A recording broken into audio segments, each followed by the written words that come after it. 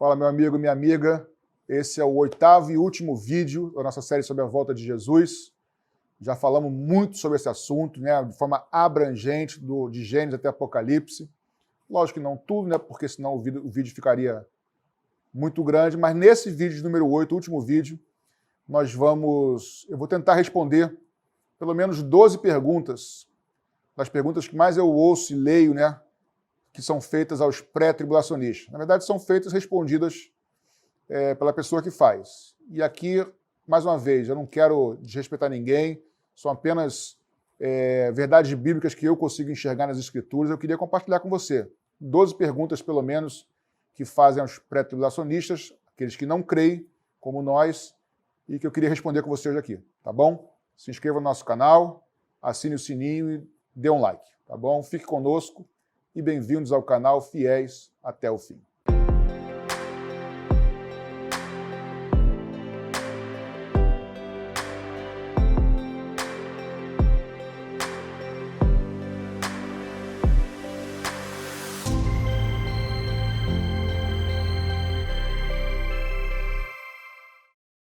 A primeira pergunta que eu vejo e ouço muito para os pré-tribulacionistas, que na verdade é uma pergunta meio que misturada com acusação, é que eles falam que os pré-tribulacionistas são escapistas, ou querem escapar da tribulação, como se a crença de quem acredita que Jesus volta antes da tribulação é uma crença baseada em desejo, e não em princípios bíblicos, verdades bíblicas. Eles falam o seguinte: muitos homens e mulheres foram martirizados, sofreram perseguição ao longo da história. Por que nós, última geração, seremos livres ou escaparemos da tribulação? Bem, esse argumento, para mim, com todo respeito, eu acho um argumento fraco. Por quê? Vamos lá. Primeiramente, que é verdade que muitos homens e mulheres fiéis ao Senhor passaram por lutas, por tribulações e perseguições. Aliás, a própria palavra diz que todo aquele que quiser viver o Evangelho, vida com Deus, piamente, vida piedosa, sofrerá perseguição, adversidade, rejeição. Fato. Só que eu posso fazer o raciocínio contrário. Muitos homens e mulheres de Deus que eram fiéis a Deus e são fiéis a Deus não foram martirizados. Não morreram martirizados. Por que eu vou morrer martirizado? Então, se o raciocínio vale para um lado, vale para o outro. Então, esse raciocínio de que muitos passaram por tribulação e nós temos também que passar. Esse raciocínio não é verdadeiro. Assim como outros não passaram, também não tem que passar. Então, ou seja, a igreja que será arrebatada, preste atenção, não são apenas aqueles que estiverem vivos para a volta do Senhor no dia, mas a igreja de todo o tempo, que será ressurreta e junto encontrará com o Senhor nos ares. Ou seja, os que foram martirizados vão subir nesse dia. Os que não foram martirizados também vão subir nesse dia. Os que estiverem vivos sofrendo, subirão nesse dia, com o corpo glorioso. Os que estiverem vivos sofrendo menos também. Então, assim, não podemos pegar, porque um foi martirizado, então todo mundo tem que passar pela tribulação. Isso é um raciocínio lógico humano, mas equivocado e enganoso. Então, para mim, esse argumento de que muitos sofreram, então também tem que sofrer, não é verdadeiro. Então, a tribulação é um período de tempo específico na história em que será governado pelo anticristo e alguns vão ficar, outros não. Mas é um tempo para os judeus, cujo foco está nos judeus. Portanto, muitos da igreja foram martirizados e muitos não foram. Muitos sofreram mais, outros sofreram menos. Então, isso não é argumento para dizer que Jesus volta antes ou depois, ok? A segunda pergunta que eu também vejo e ouço muito é a seguinte. É uma pergunta meio que afirmativa, né, que se faz. Eles dizem assim: a Bíblia não afirma que Jesus volta antes da tribulação. Por isso que eu creio que ele volta depois. Realmente, a Bíblia não afirma literalmente, de maneira, vamos dizer assim, cristalina, clara, que Jesus volta antes. Mas também não afirma de maneira clara e cristalina que ele volta depois. Uma omissão não é necessariamente um sinônimo de afirmação. Vou repetir. Uma omissão não é sinônimo necessariamente de uma afirmação. A Bíblia também não fala claramente a palavra livre-arbítrio. Isso existe. Segunda coisa é, quando alguns afirmam que a Bíblia não fala que Jesus volta antes da tribulação, ela não fala de maneira tão clara, mas ela fala por sombras.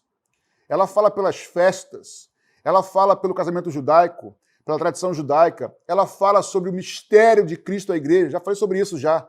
Algumas coisas a gente descobre na superfície olhando. Outras coisas tem que mergulhar para achar. Outras coisas tem que cavar na rocha para achar as pepitas de ouro, por exemplo. Então eu quero refazer essa frase. A Bíblia diz sim que Jesus, como noivo, volta para a noiva antes da tribulação, porque a tribulação é para Israel. A terceira pergunta que eu também vejo e ouço muito é que, por exemplo, citando o Apocalipse 13, onde aparece a palavra santos, né? Os santos lá no meio da tribulação, e que alguns concluem, no meu modo de ver, de forma precipitada e equivocada, se tem santos lá, então tem a igreja. Para mim, já disse, isso aí é equivocado, porque a expressão, a palavra santo, nas Escrituras, não são, ou não é uma palavra exclusiva do Novo Testamento. Não é. Quem afirma com essa lógica tão rápida, tá lá, santo é a igreja, é alguém que não tem, no meu ponto de vista, com todo respeito, um panorama bíblico completo. Como se tudo se resumisse à igreja. Como se a igreja... Não é assim. A palavra santo pode se referir à igreja, como pode não ser. Se você pegar uma teologia sistemática, uma teologia ampla bíblica sobre a volta de Jesus, escatologia, como nós fizemos no vídeo 1 ao 8, você vai ver que santos ali não estão se referindo à igreja. A igreja foi levada. Os santos que estarão na tribulação serão os judeus que se converterão e também homens e mulheres de povos, raças, línguas e nações que se converterão durante o período de tribulação. Santos, assim como a igreja. Só que a igreja foi arrebatada antes. Então, essa lógica muito rápida ela é precipitada. Santos aparece tanto no Novo Testamento quanto no Antigo Testamento. Então, é uma lógica equivocada. A igreja não estará na tribulação, ela estará nos aposentos nupciais. É uma figura de linguagem do casamento judaico, quando nós vemos isso em Mateus 25, lemos em João 14, e também vimos isso em Isaías 26, nos versos, se eu não me engano, 19 e 20, onde nós estaremos guardados do tempo da ira, tá bom? A quarta pergunta, que é muito feita, né, aos pré-tribulacionistas, geralmente pelos pós-tribulacionistas, porque nós dizemos que a igreja não estará na terra no tempo da ira de Deus sobre a humanidade, e os pós vão dizer que a tribulação de 7 anos não é um tempo de ira de Deus na terra. Bem, para mim, pessoalmente, com toda sinceridade, a Bíblia é clara em Apocalipse 6, versos 16 e 17, na abertura do 6º selo, que ali é chegada o dia da ira de Deus e do Cordeiro. Então, Apocalipse 6, versos 16 e 17, na abertura do 6º selo, para o 7º selo, é chegado o dia da ira de Deus. Em Apocalipse 15, quando começa as taças, porque nós temos selos, trombetas e taças. Nas taças, Apocalipse 15, verso 1, ele diz que no derramar das taças é consumada a ira de Deus. Então, ali no 6º selo, é chegado o dia da ira de Deus. E nas taças é consumada a ira de Deus. Então, a tribulação é sim um tempo da ira de Deus sobre a humanidade, onde todas as coisas serão consumadas. Então, não dá para escapar disso, é tempo da ira de Deus, e por não 1, 2, 3 ou 4 ou 5, mas por N motivos, por N explicações, argumentos bíblicos que foram apresentados durante esses 8 vídeos, 7 mais esse aqui, a igreja fiel não estará aqui na terra durante o tempo da ira de Deus. A quinta pergunta feita aos pré-tribulacionistas tem muito a ver com a quarta. Quando a gente fala que a igreja não estará no tempo da ira de Deus na terra, e aí os pós-tribulacionistas, com todo respeito, continuam insistindo, dizendo, tá bom, mas então a igreja estará na terra sim, mas não debaixo da ira de Deus, mas sim debaixo das mãos da ira do anticristo. Só que eu entendo que há um conceito errado nessa pergunta, nessa afirmação dos pós-tribulacionistas, que é o seguinte: estar debaixo das mãos da autoridade do anticristo, nesse contexto de consumação de todas as coisas, é estar debaixo da ira de Deus. Não tem como dissociar. Por quê? Em Romanos 1, Paulo escrevendo aos Romanos, ele diz assim, que do céu é manifesta a ira de Deus.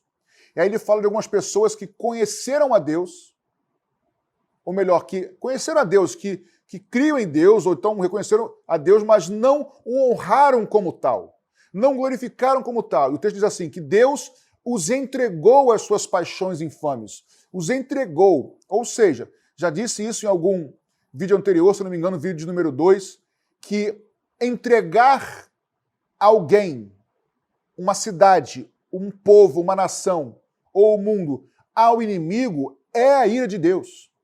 Exemplo disso, já disse isso, mas vou repetir para ser bem explicativo aqui. O povo de Israel era fiel a Deus, lutava contra seus inimigos, prevalecia sempre porque Deus era com eles. O povo de Israel se desviava do Senhor, Deus levantava profetas, falava ao povo, o povo se arrependia, lutava contra os inimigos, prevalecia porque Deus era com eles. O povo voltava a se afastar de Deus voluntariamente, apostatar. Deus levantava profetas, os profetas falavam com o povo não dava ouvidos e era obstinado no seu coração. A Bíblia é cheia de relatos em crônicas e reis. Deus os entregou nas mãos dos filisteus. Deus os entregou nas mãos dos jebuseus, assim por diante. Aí o povo se arrependia, voltava e Deus restaurava. Esse é um princípio. No Novo Testamento a mesma coisa, só que hoje nossa luta não é contra carne nem sangue, mas contra principados e potestades nas regiões celestes. Quando alguém deliberadamente rejeita o Senhor, Deus insiste, insiste, insiste. Chega uma hora que vem a ira de Deus, sim. Deus entrega na mão do inimigo. Ou seja, preste atenção, o período de tribulação, de angústia para Jacó, um tempo terrível de 7 anos, é Deus entregando a humanidade aos desejos do próprio homem. É Satanás governando o mundo por meio do anticristo, um falso Cristo. Ou seja, é o oposto do Pai Nosso. Já falei e repito. O Pai Nosso é quando nós falamos, Senhor, seja feita a tua vontade, assim na terra como nos céus.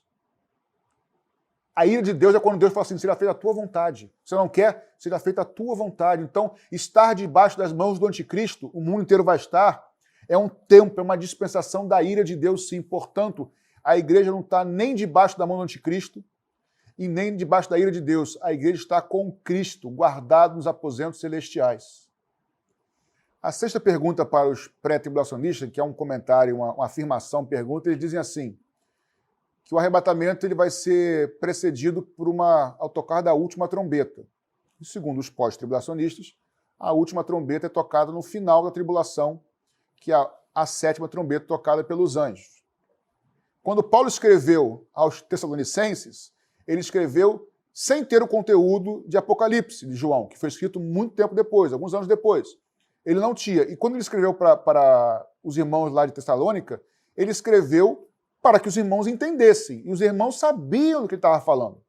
E aí nós vimos no nosso estudo, quando falamos sobre as festas do Senhor, os dias do Senhor, que é o nosso, acredito que 4º ou 5º vídeo, você pôde ver conosco que, para um judeu, a expressão toque da última trombeta, ele se refere à festa das trombetas, que é o Rosh Hashanah, tá bom? Então você assiste o nosso vídeo dessa série sobre as festas do Senhor, festas para Israel, não para a igreja, para Israel, mas são os dias do Senhor, e é com relação a essa festa das trombetas, ao tocar da última trombeta, é que a igreja será arrebatada. Se você vir esse vídeo, você vai ver que existem inúmeros detalhes que Paulo está ali falando, e Jesus também, que se refere à festa das trombetas, como ninguém sabe o dia e a hora, que é o dia que o livro da vida é aberto, que os portões do céu são abertos, há uma separação ali. Veja esse vídeo, você vai ficar realmente impressionado, porque é uma bênção pura para a sua e para a minha vida, ok? A 7ª pergunta para os pré-tribulacionistas é o seguinte, é uma afirmação que eles dizem o seguinte, Apocalipse capítulo 20 diz que ali, após a tribulação, após os 7 anos, Apocalipse 20, há a primeira ressurreição. Bem-aventurados aqueles que participam da primeira ressurreição. Aí eles afirmam o seguinte, eles, os pós-tribulacionistas, se a primeira ressurreição é após a tribulação, então não tem ressurreição antes, então a igreja não pode ter ressuscitado antes e subido. Muito lógico, né? Não, não é tão lógico assim. Na verdade, são raciocínios precipitados e que se resume a um versículo, porém. A Bíblia fala sobre primeira ressurreição e fala sobre segunda ressurreição. Os pós falam o seguinte, se ali é a primeira após a tribulação, então tem ressurreição antes. Primeiro, Jesus ressuscitou antes. Então tem. Segundo, nos relatos dos evangelhos, quando Jesus ressuscita, há a ressurreição dos mortos.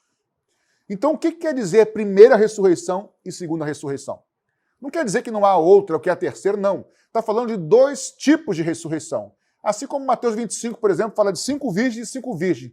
Não está falando de metade ou metade, está falando de dois tipos de crentes. Os que vão subir e os que não vão subir. Primeira ressurreição não tem nada a ver com primeira ou segunda. A primeira ressurreição diz respeito a quem participa da primeira ressurreição não participa da segunda morte.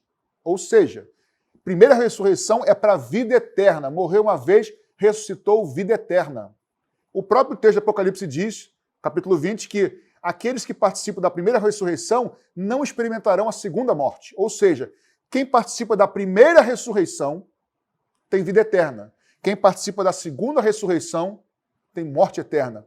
Quem participa da primeira ressurreição não experimentará a segunda morte, que é eterna, mas quem participa da segunda ressurreição experimentará a segunda morte, que é a morte não física, mas eterna.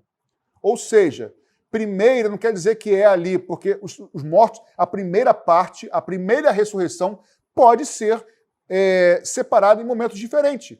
Jesus ressuscitou primeiro, os mortos diante dele ressuscitaram com ele, depois a igreja ressuscita para entrar e, por fim, os outros santos também entrarão. Ou seja, são 3 momentos de colheitas, 3 fazendo parte da mesma ressurreição, que é para a vida eterna. Ou seja, primeira e segunda ressurreição falam de diferentes qualidades, diferentes tipos de ressurreição para a vida eterna e para a morte eterna. Então a igreja não participa daquela parte da primeira ressurreição. Ela é ressuscitada antes da tribulação. Nós vimos isso em todos os 7 vídeos anteriores.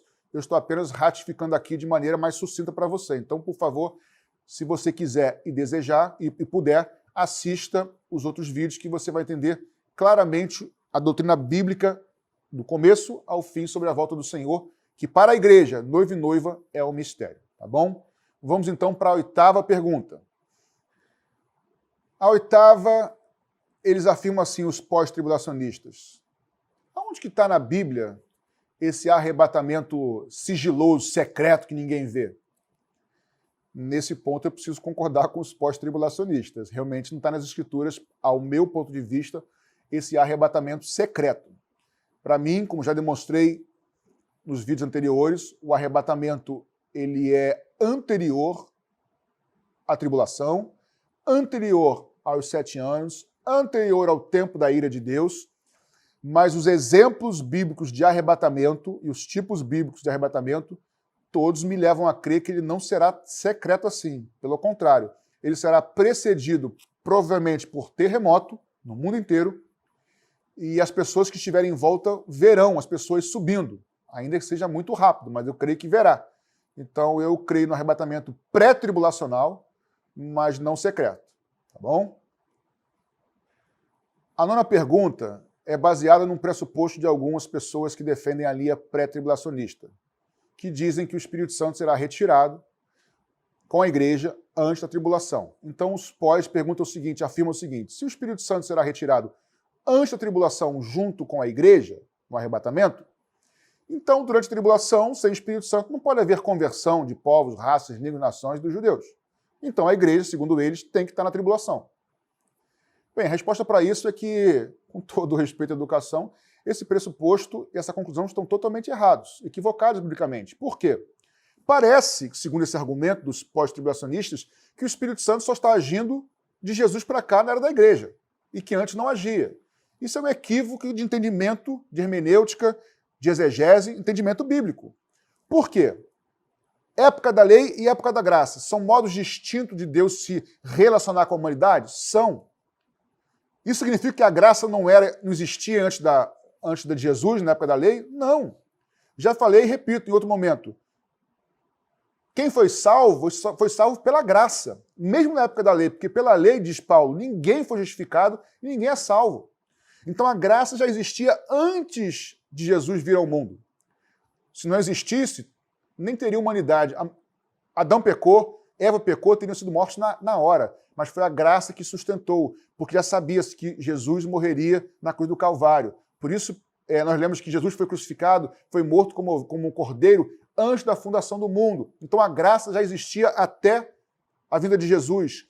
Assim como Abraão, ele creu e isso foi lhe imputado como justiça. Ele foi salvo pela graça mediante a sua fé, mesmo na época da lei. E o Espírito Santo já agia naquela época. Maneira diferente? Maneira diferente, ok, concordo.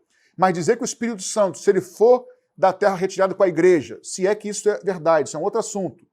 Mas se realmente a igreja for retirada com o Espírito Santo, não é sinônimo que o Espírito Santo não vai estar agindo, não estará agindo na tribulação. Assim como foi antes de Jesus na lei, também será na tribulação. O Espírito Santo, porque ninguém se converte, ninguém crê no Senhor Jesus, ninguém segue ao Senhor se não for por uma ação do Espírito Santo. Se antes na lei ninguém era templo do Espírito Santo e hoje nós somos templo, isso é uma outra coisa, uma outra dispensação, mas a verdade é que o Espírito Santo age na humanidade, sempre agiu e vai continuar agindo. Então a igreja subirá antes da tribulação e haverá conversão de povos, raças, línguas e nações durante os 7 anos de tribulação, tanto de judeus quanto de gentios, por uma ação do Espírito Santo. Não igual a hoje? Ok, mas o Espírito Santo estará agindo durante a tribulação. A igreja não estará na tribulação, mas o Espírito Santo estará agindo para a salvação de todo aquele que crê. A 10ª pergunta é baseada no fato em que os pré-tribulacionistas fazem uma distinção entre igreja e Israel. E alguns vão dizer, contrário a isso, que a igreja substitui Israel. E que as promessas, então, não tem como separar a igreja de Israel. Bem, eu continuo crendo, afirmando, segundo tudo que foi apresentado nos 8 vídeos, com esse aqui, que Israel é uma coisa e igreja é outra. A igreja não é substituição de Israel, de forma alguma. Existem promessas que são para a nação de Israel e outras que não. Israel é sim, ao longo do Antigo Testamento, muitas vezes figura da igreja. Atente, a igreja não substitui Israel, mas Israel muitas vezes é figura da igreja, é um exemplo para a igreja, mas não há uma substituição. Tanto é que Israel, como nação, será restaurada no final. Isso não quer dizer que um judeu não possa se converter ao Senhor Jesus, como muitos, como Paulo, como João e outros, tá? Aceitarem como Messias e se tornarem cristãos. Ok, judeus messianos, como dizemos hoje. Mas porque Jesus veio para o que era o seu, judeus, mas tanto gentios quanto os judeus que se convertem, eles fazem parte do mesmo Israel de Deus, esse Israel espiritual, os salvos, a igreja. Aí sim, mas nação de Israel, a igreja não substitui, tá bom? O que a igreja é na verdade? A igreja não é a continuação de Israel. Eu poderia dizer aqui que a igreja é a continuação do templo. Porque no Antigo Testamento, era no templo que era manifesta a glória de Deus. No Novo Testamento, eu e você, que entregamos nossa vida ao Senhor Jesus, nós é que somos templo, tabernáculo, casa, habitação do Espírito Santo, da presença de Deus. Ou seja, nós é que somos o templo de Deus. Quando a igreja for levada aos céus, logo depois, o templo voltará a ser reconstruído. Mas nós ainda estamos aqui. A igreja não é a continuação de Israel. A igreja é a continuação do templo. Nós somos templo do Senhor. Portanto, há promessas que dizem respeito a Israel. As 70 semanas de Daniel 9 diz respeito ao teu povo, Daniel, ao povo hebreu. Não tem nada a ver com a igreja. Existem promessas para Israel e outras para a igreja. São coisas distintas. A 11ª pergunta e penúltima pergunta para os pré-tribulacionistas, feita pelos pós-tribulacionistas, diz respeito ao tempo da existência da doutrina pré-tribulacionista, que para muitos foi criada em 1800 alguma coisa por John Darby e, portanto, é recente, foi inventada, isso não tem nada de bíblico. Nós já vimos no vídeo número 1 que, primeiramente, o fato de ser algo recente ou não determina que essa doutrina seja herege ou não, tá? Então, o fato de ser recente ou não é determinante para nós afirmarmos que é herege ou não, primeira coisa. Assim como uma doutrina ser antiga também não determina que seja canônica, ou que seja bíblica, ou que seja inspirada por Deus. Existem inúmeras doutrinas bíblicas que são antigas e são hereges, são enganosas. Segunda coisa, nós vimos no vídeo 1, e você pode ver se você desejar, que inúmeros pais da igreja, primeiro, segundo, terceiro século, Idade Média, e aí sim, mais recentemente, como John Darby, criam que Jesus podia voltar a qualquer momento, a iminência da volta, criam numa diferenciação entre igreja e Israel, criam num período de 7 anos de tribulação para os judeus, que são características de uma doutrina pré-tribulacionista dispensacionalista. E outros foram além, de maneira bem clara, e eu fiz questão de colocar aí no vídeo, os textos de algumas cartas, por exemplo, alguns estudos sobre Apocalipse, que eles afirmam que a igreja seria retirada antes da tribulação. Então, essa afirmação que se coloca, se vincula na internet, não é verdadeira. A doutrina bíblica sobre o arrebatamento antes da tribulação não é tão assim recente.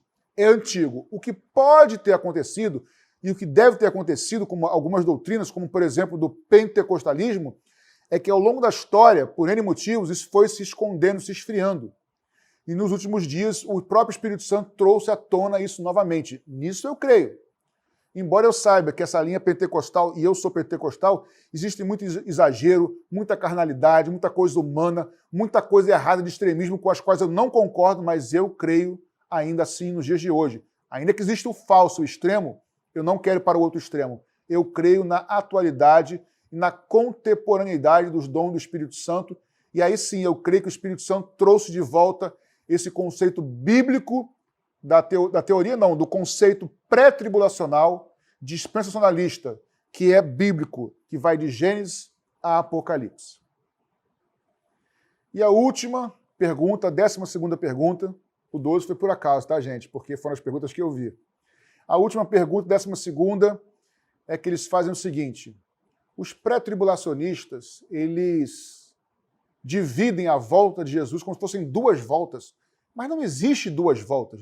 Não existe duas vindas de Jesus, eles inventam isso. Para você que é pós-tribulacionista, com muito carinho e respeito de verdade, eu queria te fazer uma pergunta e vou te dar alguns segundos para você pensar nisso aí. Vocês afirmam que não existe duas vindas de Jesus, que isso não é bíblico, que estamos inventando isso. Eu te pergunto, para os judeus, tinha duas vindas ou uma vinda só? Para os judeus, tinha uma vinda ou duas vindas? Pensa comigo. Os judeus conheciam toda a palavra de Deus, conheciam todas as profecias sobre o Messias. Mas quando o Messias veio, eles não o receberam. Por quê? Temos a resposta histórica para isso, que eles esperavam o Messias, que fosse o libertador, que fosse resolver os seus problemas lá com Roma, libertar os de Roma. Ok. Isso é verdade, historicamente falando. Mas o fato é que eles criaram nos seus corações, nas suas mentes, um Messias que não era o das Escrituras. Isso é um fato. Mas para nós aqui o que interessa é o seguinte: eles não discerniram, eles esperavam, presta atenção, eles esperavam o Messias que fosse o seu libertador. Eles esperavam o Messias juiz. Eles esperavam o Messias rei. Eles esperavam o Messias governador, aquele que iria libertá-los de Roma e reinar em Israel. Esse era o Messias que eles esperavam. E existiam profecias que falavam do Messias rei para os judeus? Existiam. Mas também existiam as profecias que falavam do servo sofredor. Para os judeus existiam duas vindas do Messias. Existiam profecias que falam do servo sofredor, e existiam profecias que falavam do rei, do governante, que governaria sobre o povo dele, Israel. Eles não discerniram a vinda do servo sofredor, eles não discerniram a vinda do rei, eles não discerniram a vinda da ovelha muda para o matadouro, eles não discerniram aquele que veio como leão da tribo de Judá. A profecia apontava para duas vindas, sim. Assim como a profecia aponta para duas vindas agora no final. Se uma vinda para os judeus era como servo sofredor e a outra como rei, para a igreja são duas vindas, sim. Uma ele vem como noivo para a igreja, antes da tribulação, e a outra é para Israel e para todos que forem salvos, e aí ele virá como rei para julgar e reinar sobre as nações. Então, eu repito e afirmo, vocês que falam que nós cremos em duas vindas, são exatamente duas vindas, sim. Uma como noivo, para a igreja, mistério, que Paulo fala em Efésios capítulo 5.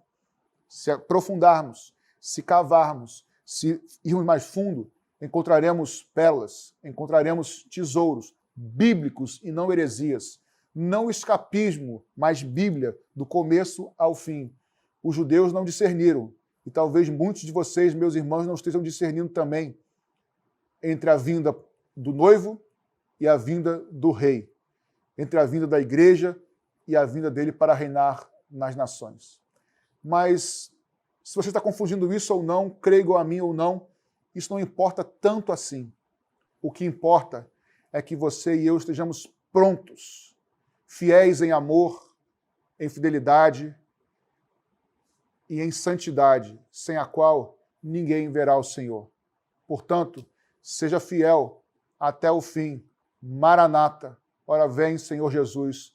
Muito próximo está a sua vinda, a porta da graça vai fechar, e eu quero te encorajar a lutar até o fim e perseverar ao lado daquele que venceu, porque nós também venceremos. Seja fiel até o fim e que Deus te abençoe.